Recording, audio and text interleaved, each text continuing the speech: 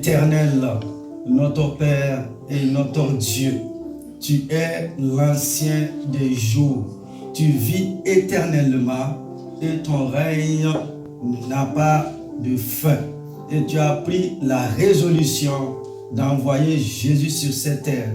Et à travers la croix, nous avons le pardon, nous avons la rémission de nos péchés, nous avons la délivrance, nous avons le miraculeux qui vient de toi et de toi seul. Seigneur, nous voulons marcher sur ce chemin-là de la repentance pour recevoir cette manne céleste, cette riche bénédiction qui vient de toi et de toi seul. Et en cette soirée, l'assemblée de ton peuple a obéi, a accepté cette invitation et ils sont là pour écouter la bonne parole de l'Éternel Dieu des armées et recevoir le miracle qui vient de toi et de toi seul pour leur vie. Saint-Esprit de Dieu, Saint-Esprit de Dieu, Saint-Esprit du Dieu vivant, bénis ces instants maintenant et que la gloire et la puissance reviennent à notre Dieu au siècle des siècles et au nom puissant de Christ Jésus de Nazareth. Que quelqu'un dise Amen, Amen, Amen. Amen, Amen, Amen, Amen. Acclame encore Jésus. Amen, Amen, Amen. Je vais entendre des acclamations encore. Des cris de joie. Gloire à Jésus. Amen. Amen. Veuillez vous asseoir, s'il vous plaît. Et je vous invite à prendre vos Bibles avec moi. Donc c'est un grand thème. Voilà, jusqu'en décembre même, on va parler de ce thème-là. Et voici le titre de l'enseignement. Prenez vos Bibles avec moi et nous allons lire deux textes. Le premier texte dans l'Ancien Testament et le deuxième dans le Nouveau Testament. La puissance de la repentance. Quelqu'un peut dire avec moi la puissance de la repentance. Il y a une puissance de Dieu dans la repentance. Alléluia. Gloire à Jésus. Et comme texte biblique de référence, nous lisons dans 2 Chroniques au chapitre 14. Je commence à partir du verset 13. La Bible dit ceci. Quand je fermerai le ciel et qu'il n'y aura pas de pluie, quand j'ordonnerai aux sauterelles de dévorer le pays, quand j'enverrai la peste parmi mon peuple. Verset 14. Si mon peuple, celui qui porte mon nom, s'humilie, prie et me cherche, et s'il renonce à ses mauvaises voies, je l'écouterai du haut du ciel, je lui pardonnerai son péché et je guérirai son pays. Et comme deuxième texte biblique de référence, nous lisons dans Actes au chapitre 3. Cette fois-ci dans le Nouveau Testament. Actes au chapitre 3, verset 19. Voici ce que l'apôtre nous dit. Repentez-vous donc et convertissez-vous.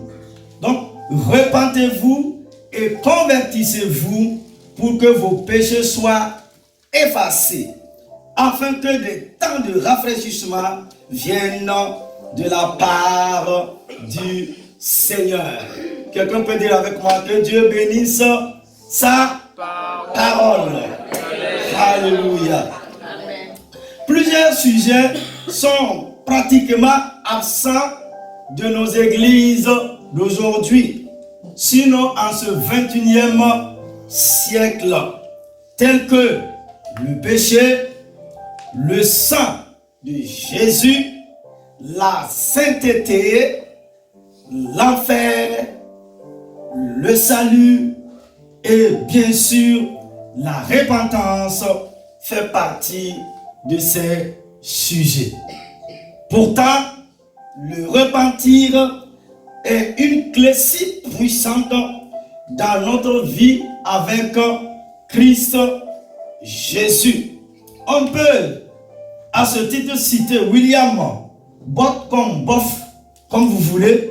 Le principal, il dit ceci, William, ce grand missionnaire, il dit, le principal danger auquel sera confronté le siècle à venir sera la religion sans le Saint-Esprit, le christianisme sans le Christ, le pardon sans la repentance, le salut sans la régénération, la politique sans Dieu et le paradis sans enfer.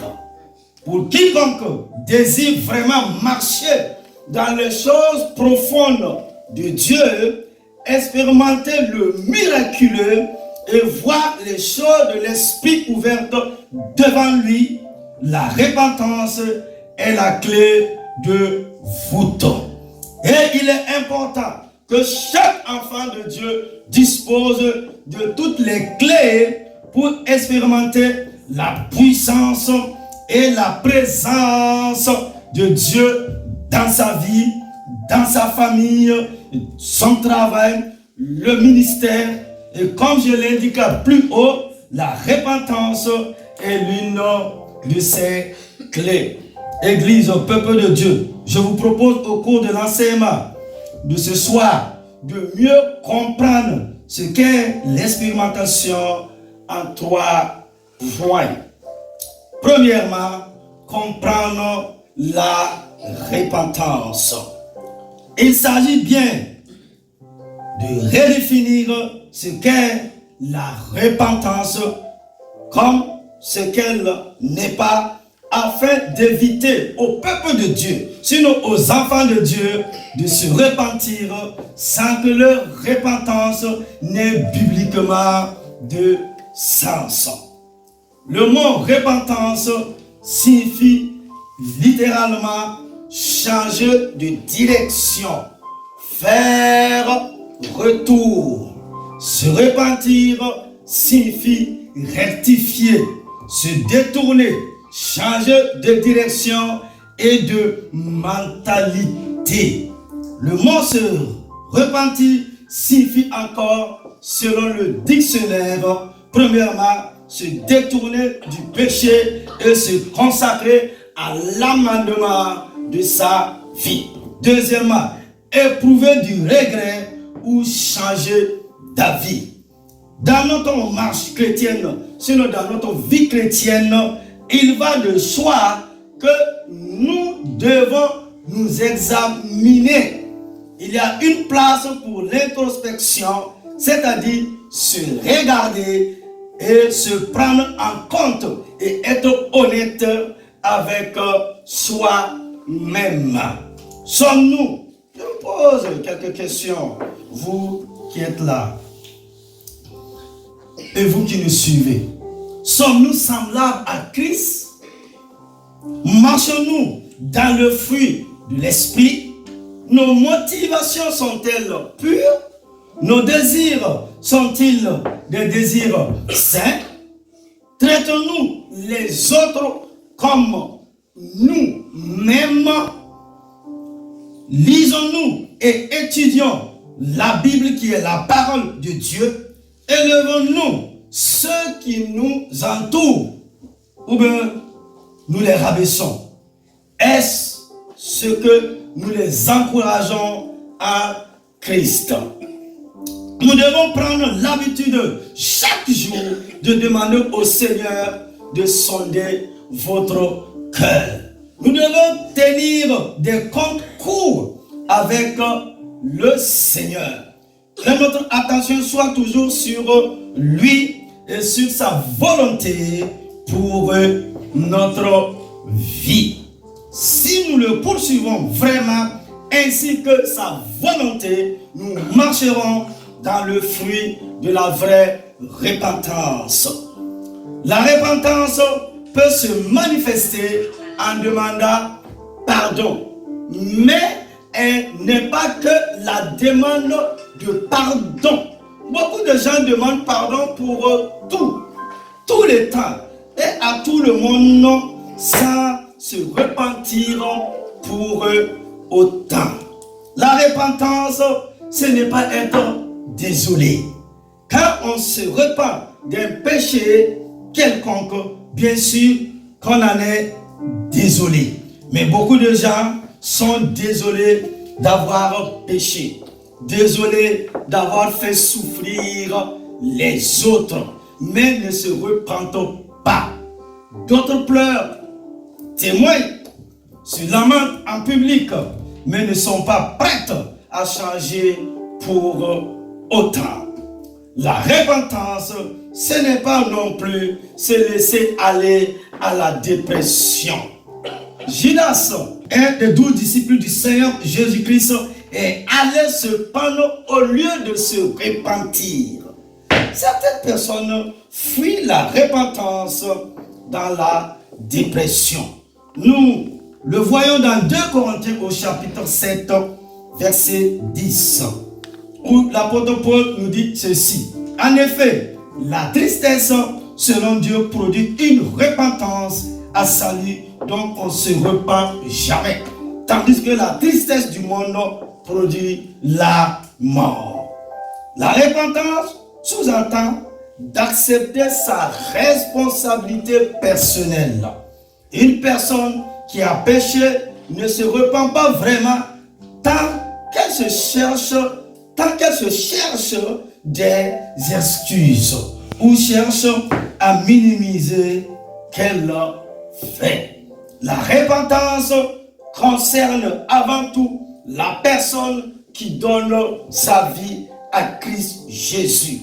Car il n'y a pas de réelle conversion sans qu'il n'y ait eu de repentance. Mais la repentance continue de nous concerner même lorsque nous sommes nés de nouveau. C'est-à-dire chrétiens, baptisés, confirmés, nés de nouveau. La repentance doit être une attitude de chaque jour vis-à-vis de nos manquements. Il est nécessaire de bien comprendre le mécanisme de la repentance. Elle fonctionne en 3 étapes qui sont la confession, la réparation et la transformation. Et nous arrivons à notre deuxième point. Deuxièmement, la différence entre la repentance et la confession. Oh, alléluia. Il y a une différence. Et nous, en tant que peuple de Dieu, nous ne devons pas faire l'amalgame. La différence entre la repentance et la confession. La confession, c'est lorsque je reconnais que j'ai fait quelque chose de mal. J'ai frappé l'homme. C'était mal.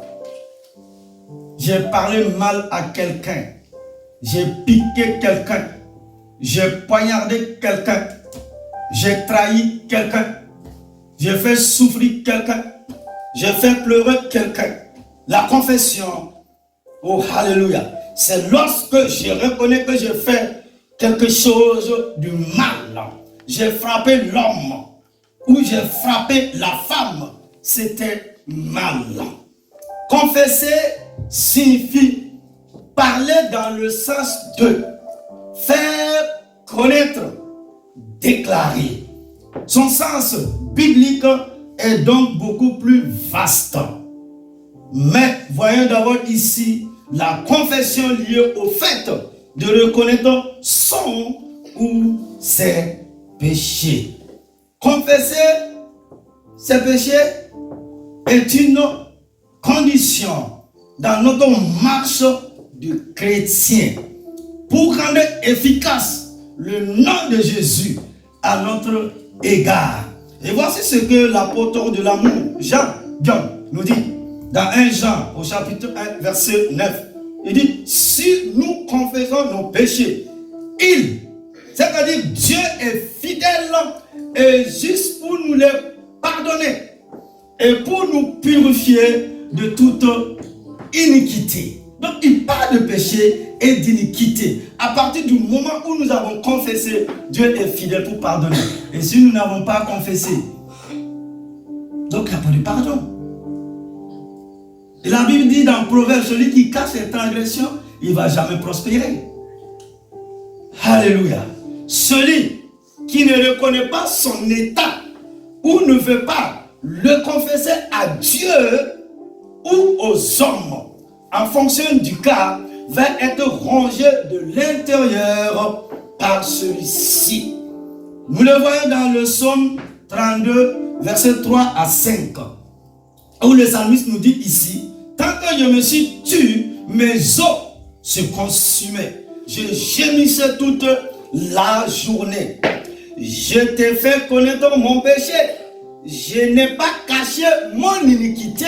Waouh! Il dit à Dieu, moi je t'ai fait connaître mon péché et je n'ai pas caché mon iniquité. J'ai dit, j'avouerai mes transgressions à l'Éternel et tu as effacé la peine de mon péché. Mais s'il y a des péchés qui émergent particulièrement, donc on se sent que l'influence est toujours proche, on les mentionne, car s'ils émergent, c'est pour une raison. Ce sont peut-être des péchés d'occultisme ou sexuel. La liste continue. Et voici ce que la Bible dit ici, dans Actes. J'aimerais vous lire ce texte-là. Là, c'est dans le Nouveau Testament, là. Dans Actes au chapitre 19, verset 18.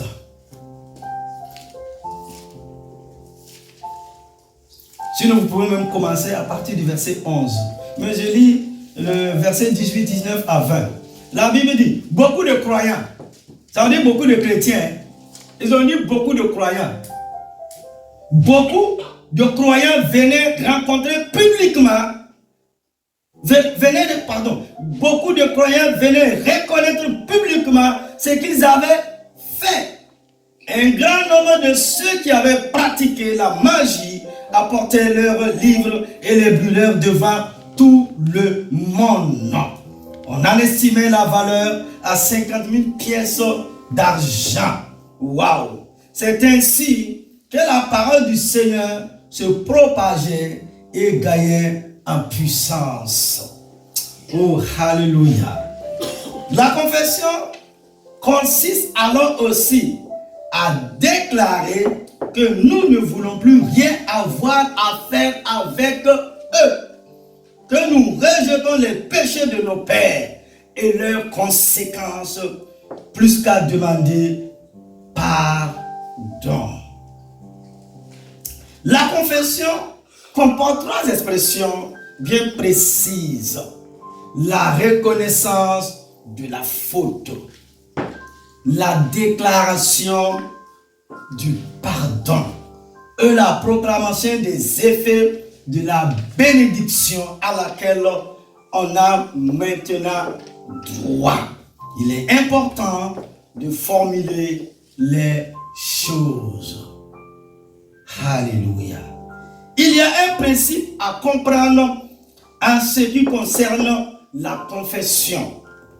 On doit confesser à Dieu les péchés commis contre Dieu. 2. On doit confesser à une personne les péchés commis contre elle. Il est bien de confesser à quelqu'un de confiance également un péché qui nous ronge. Et donc on sent qu'il n'est pas suffisant de le confesser à Dieu. On confesse à l'église tout péché commis en public. Un exemple comme la rébellion, ou qui est venu aux oreilles de tous. Et le pasteur Jacques nous dit, confessez donc vos péchés les uns aux autres et priez les uns pour les autres. Et à la fin, il dit, afin que vous soyez guéri. Donc si vous n'avez pas fait ce travail pour ouvrir la voie au prophète, et quand il va prier, l'onction de Dieu va apporter la guérison. L'onction de Dieu va apporter la délivrance. L'onction de Dieu va apporter la restauration. Et il y a des choses qui peuvent ronger nos vies. Sinon notre vie. Et nous le voyons avec le roi David. Celui qui aime dire à Dieu ses péchés, ses transgressions, ses iniquités. Et au soir de sa vie, quand il devrait emprunter le chemin de tous les hommes, quand il devrait quitter cette terre et retourner à Dieu, il dit, il y a quelque chose qui me fatigue. Et il a appelé son officier. Et il dit, tu sais, on avait manigancé, on avait comploté, on avait fait du mal à Uri. Prophète, c'est impressionnant. Au soir de sa vie, avant, il dit, dans un âge avancé, il dit, je me reproche, David. Et puis il dit à l'officier, toi-même tu étais là ce jour-là. On a touché un homme, on a fait pleurer un homme, et Dieu n'est pas content. Il voulait avoir la paix et puis partir dans la gloire et dans sa mémoire. Donc, les choses étaient là. Et il a voulu faire la paix avec Dieu. Avant de le rencontrer, nous devons faire la paix avec lui. Oh, alléluia. Jacques au chapitre 5, verset 16. Confessez donc vos péchés les uns aux autres et priez les uns pour les autres afin que vous soyez guéris. Après la confession sur la guérison, la délivrance et la restauration. Le repentir lui correspond à ce que je ressens, en fait des remords pour ce que j'ai fait et que je ressens le désir de changer et d'être différent et de ne plus recommencer. Quand je me repens, j'ai le désir de m'occuper de la raison pour laquelle je l'ai fait. Est-ce de la haine, de l'amertume ou de la colère? Dans la confession, il n'y a ni remords, ni désir de changer. Cela pourrait prendre du temps à certains d'entre nous pour arriver à la repentance. Le repentir est un don. Ésaü n'a pas le don. Et quand il veut se repentir, c'est trop tard. Et voici ce que l'Épître aux Hébreux nous dit concernant Ésaü. Hébreux chapitre 12, verset 17. Car vous savez que plus tard, quand il a voulu hériter de la bénédiction, il a été rejeté car il n'a pas trouvé de place pour la repentance, bien qu'il l'ait cherché avec diligence, avec des larmes. Avoir un esprit d'Ésaü signifie que vous perdez votre héritage pour un bol de lentilles et que vous ne vous repentirez pas à temps. Or, Jacob, son frère jumeau, était un tyran et un trompeur et un voleur. Mais il savait quand se repentir à temps. Waouh! Sur les bases, ils étaient probablement assez similaires. L'un n'était pas une meilleure personne que l'autre, mais l'un d'eux a su se repentir rapidement. Alléluia. Voici la différence entre les deux personnes. Se repentir rapidement. Prophète, C'est ce que Akan n'a pas compris. Quand il a désobéi et il a touché l'interdit. Josué, c'est Jésus de l'Ancien Testament. Et il dit, il y a un mal qui est là qu'on doit éradiquer. Ça peut être dans une famille, ça peut être dans une maison, ça peut être dans un groupe. Il était là assis. Il avait le cœur dur. Hein? Josué a parlé. Il dit, l'Esprit de Dieu me révèle. Il y a quelque chose qu'on doit arranger. Quelqu'un doit ouvrir sa bouche. Quelqu'un doit confesser. Quelqu'un doit renoncer. Quelqu'un doit changer de mentalité. À cause de ce qui ne s'est pas repenti. Lui, sa femme, ses enfants, à cause d'une seule personne, tout le monde est allé dans le trou.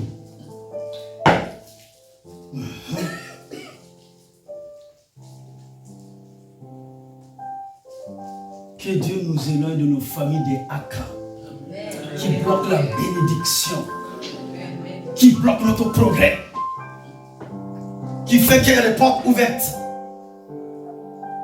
Que Dieu nous délivre de ce genre d'hommes et de femmes au nom de Jésus de Nazareth. Amen. Alléluia. Pour vous repentir, vous devez reconnaître que vous avez péché et en assumer la responsabilité. Un symptôme de notre société moderne est que nous ne voulons pas assumer la responsabilité de nos actes. Lorsque vous enseignez à votre enfant et qu'il fait quelque chose de mal, il doit y avoir une punition. Il doit y avoir une conséquence. Si vous n'enseignez pas les conséquences, ils penseront qu'ils peuvent traiter avec Dieu, avec l'éternel Dieu, comme ils traitent avec vous. Dieu dit que vous devez le punir. Et voici ce que la Bible nous dit dans Proverbe 22, 15. La folie est liée au cœur d'un enfant. Waouh! La folie est liée au cœur d'un enfant. Mais la verge de la correction l'éloignera de lui. Waouh! Il y a des actes de folie là.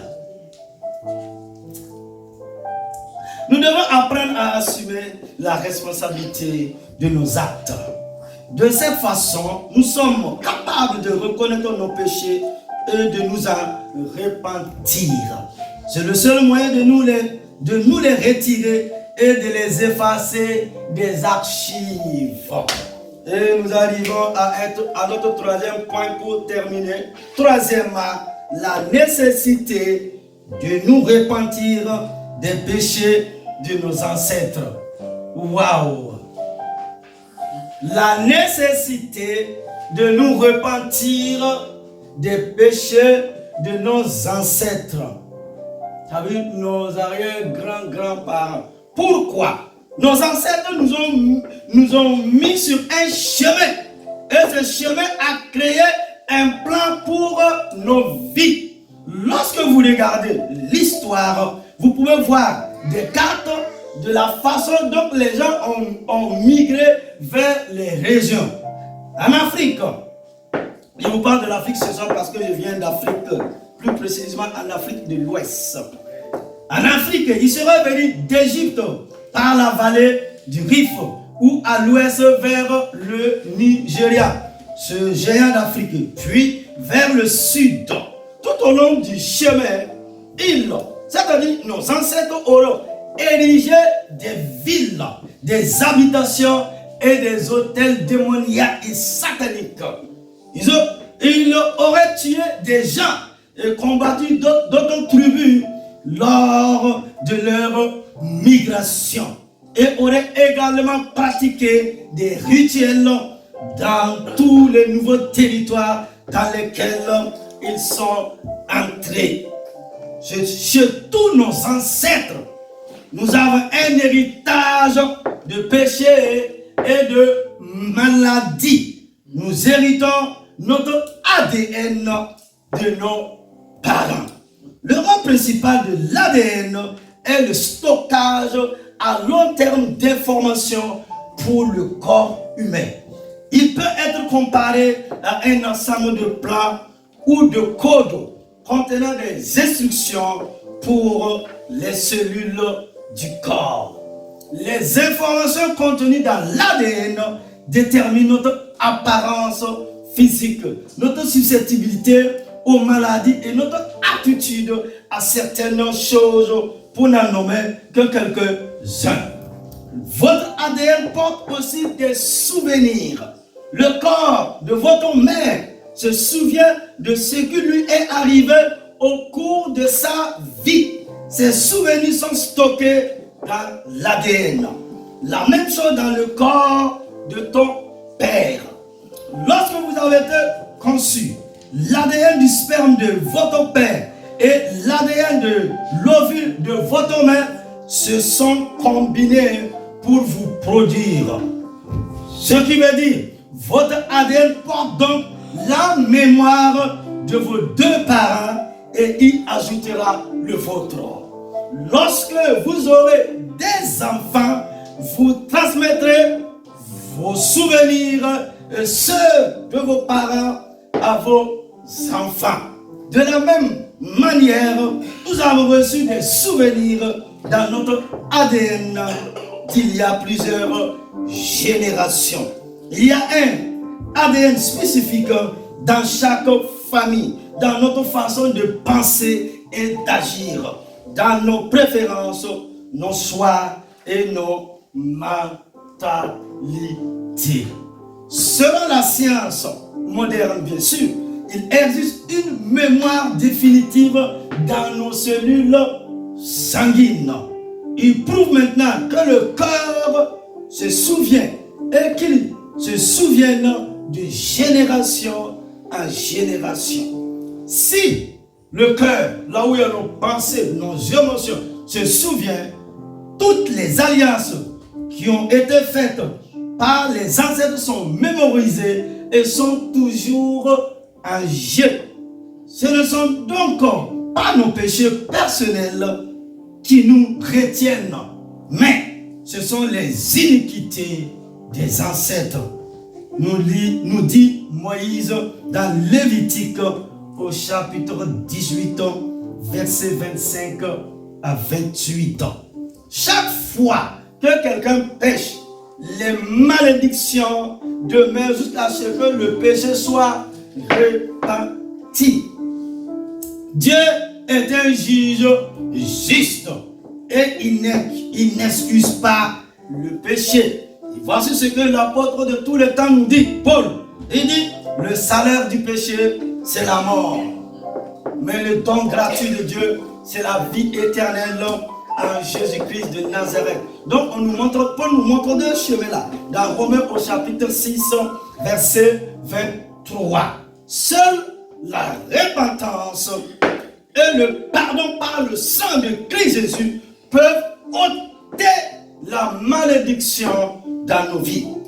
Dans toutes nos liens, les gens ont fait des alliances avec d'autres dieux. Nous devons reconnaître les péchés de nos pères, sinon de nos ancêtres. Nous devons reconnaître que nous et nos pères avons péché. Dans Daniel au chapitre 9, vous voyez Daniel se repentir des péchés de ses pères. Il s'était rendu compte que les 70 années d'isolation, signe de difficultés, de souffrance, de larmes, d'incertitude étaient terminées. Et que Dieu voulait ramener son peuple à Jérusalem, c'est-à-dire dans leur bel avenir. Il savait que Dieu exigeait que son peuple, qu'il se repente et revienne à lui pour se faire. Il commence à se repentir jour et nuit. il se repent. Pour-il, Daniel, il n'a jamais rien fait de mal. Il n'était même pas là quand ses péchés se sont produits. Il se repent parce que ses ancêtres, sinon ses grands-parents, ses aïeux ont péché contre Dieu et ont rompu leur alliance avec lui pour aller adorer la créature au lieu du Dieu créateur qui vit éternellement. Les ancêtres ne sont plus en vie, ils sont sous terre, ils sont partis dans l'éternité. Mais Daniel l'est et il comprend que nous sommes responsables de tout ce que nos ancêtres ont fait. Et je vous lirai plus tard la prière de Daniel. C'est pourquoi Dieu dit, si mon peuple, sur qui mon nom est invoqué, s'humilie, prie et cherche ma face. Quand vous êtes venus ce soir pour chercher la face de l'éternel Dieu, ça veut dire, il y a des choses que nous vivons, c'est pas nous-mêmes c'est pas nous, mais c'est d'autres personnes qui ont posé ces actes. Vous êtes d'accord avec moi? Pourquoi la médecine vous parle des maladies héréditaires? Si on peut hériter des maladies, c'est qu'on peut hériter des malédictions, comme on peut hériter des bénédictions, comme on peut hériter un héritage. Dieu dit, si mon peuple s'humilie, prie et cherche ma face du haut des cieux, je l'exaucerai et je guérirai son pays. Nous avons besoin de prier pour nos nations. Et ces derniers temps, quand je vois au Brésil, en Afrique, où les gens ont reconnu que des actes ont été posés, ils ont commencé à demander pardon. Pour que des nations si riches, si prospères, le sous-sol est extrêmement riche, croupissent dans la pauvreté, dans la misère. Si ce n'est pas la malédiction, donnez-moi un autre nom. Et on veut nous faire croire que non, ça va aller. C'est maintenant. Dis à quelqu'un, c'est maintenant. Nous devrons rentrer dans notre bel avenir. Ce que les années vont finir là, les années vont finir rapidement. On dit de ne pas regarder l'âge. Nous, on va regarder l'âge. Ouais. On va regarder l'âge ce soir. Daniel a dit, mais Dieu, ça fait 70 bonnes années qu'on nous a isolés. Nous sommes dans l'isolement. Nous sommes dans la confusion. Nous sommes dans une souffrance. Nous sommes dans une difficulté. Nous sommes dans un cycle de problèmes sans fin. Pourtant, tu as fait la promesse à Abraham. Tu as fait la promesse à Isaac. Tu as fait la promesse à Jacob. Tu as dit que tu vas nous donner un pays. Tu as dit que tu vas nous donner une terre. Tu as dit que quand nous allons arriver sur cette terre-là, le désert va refleurir. Dans ce désert-là, il y aura à manger. Tu as dit qu'on est béni de toute éternité. Nous serons en haut, nous serons la tête et non jamais en bas. Tu as dit là où on va fouler la plante de nos pieds, tu vas nous donner ces lieux-là en possession. Pourquoi nous sommes dans l'esclavage? Pourquoi nous sommes assis dans Babylone? Et on nous demande de chanter. Ce prophète de Dieu s'est levé dans la présence de Dieu. Il a commencé à se repentir. Il a commencé à verser des larmes. Oh, alléluia. Je prie et je dis à Dieu, envoie-nous encore des prophètes comme ce soir, dans nos pays, dans nos nations, dans nos familles. Des prophètes qui vont se tenir à la brèche de tout leur cœur, qui vont implorer la grâce de Dieu, la miséricorde de Dieu, afin que la bénédiction de Dieu soit votre partage, que ce soit dans vos maisons, que ce soit dans vos lieux de travail. Nous ne voulons pas être comme ce que nos pères ont été. Nous voulons sortir de ces choses et vivre le miraculeux de Dieu. Il y a un bel avenir pour toi ce soir, mon frère, ma soeur. Tu n'es pas condamné à vivre dans la maladie, dans la douleur, dans la souffrance, mais à vivre la bénédiction de Dieu. Alléluia. Parfois, il y a des femmes, je ne comprends pas. Ces derniers temps, je suis en train de leur parler. Je dis, mais fais comme Anne. Anne a dit à Dieu, tu as dit, même parmi les animaux du peuple de Dieu, il n'y aura pas de stérilité. Moi, je ne comprends pas mon problème. Je crois au prophète. Quand elle était assise ce jour-là, dans le temple, comme nous sommes venus à cette soirée-là, elle a versé des larmes. Et Dieu a vu son cœur. Et Dieu a opéré le miracle. Amen. Il n'y a pas de facilité Nous aimons les facilités comme le micro-ondes. Arrivé, ma toute première fois en France en 2003, j'ai vu le micro-ondes, j'étais content. Et puis des amis là, ils ont pris comme ça, ils ont dit, non, j'ai dit, mais c'est que c'est froid. Comme j'ai mangé le truc chaud. Quand ils m'offrent comme ça, fou, j'ai dit, hé, c'est machine même. Après l'eau, fou, après café, fou, j'ai dit, hé. On a mangé pizza et autres là, j'ai regardé, les chaussures, j'ai dit, je crois. Tout est mélangé comme ça. Fromage. Yes. Donc, nous aimons la facilité plutôt. Alors que pour nous sauver, pour nous délivrer, oh, alléluia. Paul dit, Dieu a frappé Jésus par la croix. Pourquoi la croix? Mon ami, c'était violent, hein? C'est pas la guillotine, hein? J'ai lu vos livres là, tous ceux qui sont passés par la guillotine là, mais il paraît qu'en fait, pim, la tête de l'autre côté crie et parle, hein? C'est atroce, c'est violent.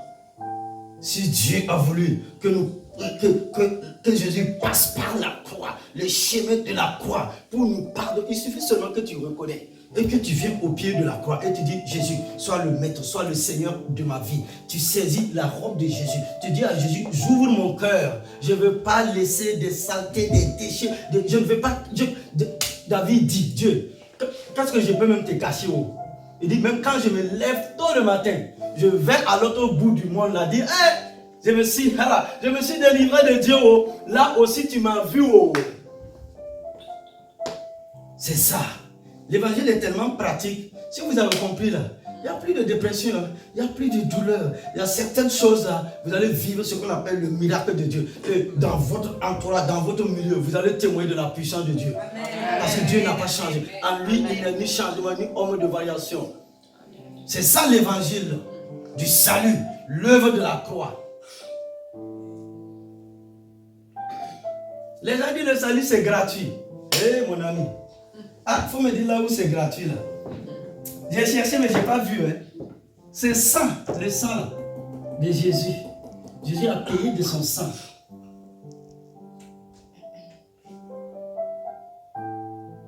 Depuis des années je prêche. Depuis 3 ans, Dieu ouvre mes yeux sur l'œuvre de la croix. Il dit waouh. Je prêche la croix. Christ crucifié.